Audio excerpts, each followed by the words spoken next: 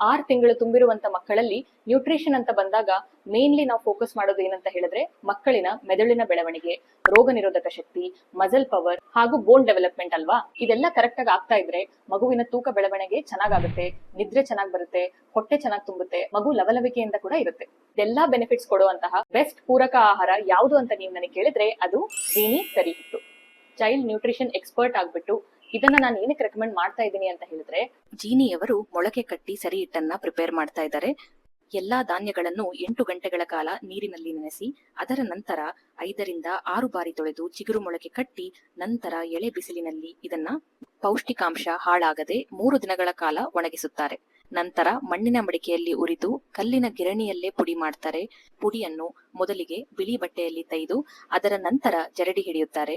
ಯಾವುದೇ preservative, food colour ಅನ್ನು ಇವರು ಬಳಕೆ ಮಾಡೋದಿಲ್ಲ. ಹಾಗೆ ಬೆಲೆ ಸಹ ತುಂಬಾ ಕಡಿಮೆ ಇದೆ. ಕೊನೆಯದಾಗಿ 6 ತಿಂಗಳಿಂದ 2 ವರ್ಷದ ಒಳಗಿರುವ ಮಕ್ಕಳಿಗೆ ತಾಯಿಯ ಎದೆ ಹಾಲು ಹಾಗೆ ಪೂರಕ ಆಹಾರ ಅತಿ ಮುಖ್ಯವಾಗಿರುತ್ತೆ. ಜೀನಿ ಸರಿ ಹಿಟ್ಟನ್ನು ಅಮೆಜಾನ್ ಹಾಗೂ ಫ್ಲಿಪ್ಕಾರ್ಟ್ ನಲ್ಲಿ ನೀವು ಪರ್ಚೇಸ್ ಮಾಡಬಹುದು ಅಥವಾ ಹತ್ತಿರದ ಮೆಡಿಕಲ್ ಶಾಪ್ ನಲ್ಲೂ ಸಹ ಇದು ಲಭ್ಯವಿದೆ.